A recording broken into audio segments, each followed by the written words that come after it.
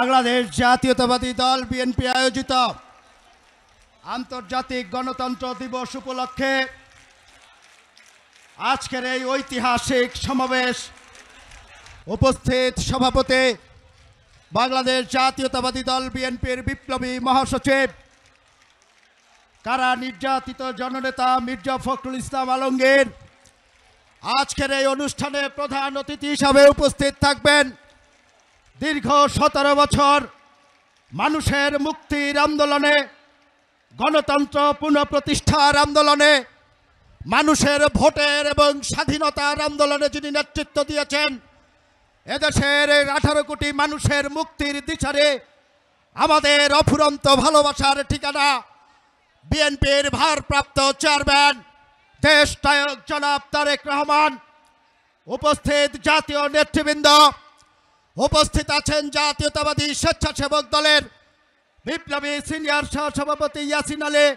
সহসভাপতি ফখরুল ইসলাম রবিন সহ অন্যান্য নেতৃবৃন্দ,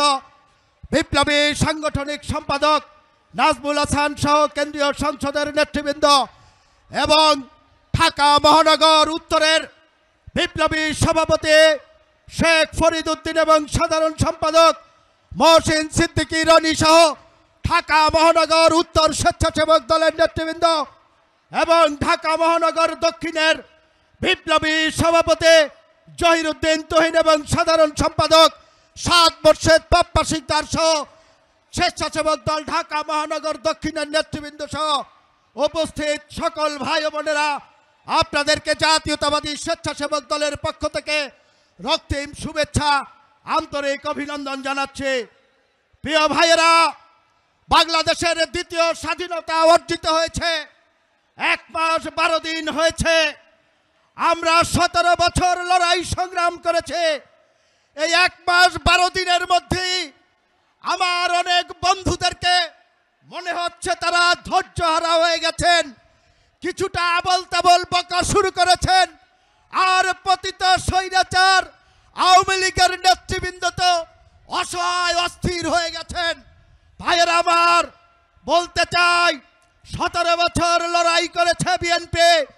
জাতীয়তাবাদী দলের নেতৃবৃন্দ খুন হয়েছে, গুম হয়েছে, নির্যাতিত হয়েছে, পায়ের নখ তুলে ফেলেছে, রাস্তায় মেরে ফেলে রেখেছে। এই শেখ হাসিনা প্রথম দিন যেদিন ক্ষমতায় আসে, স্বেচ্ছাসেবক দল নেতা নজরুলকে হত্যার মাধ্যমে তার রক্ত পিপাসা শুরু করেছে এবং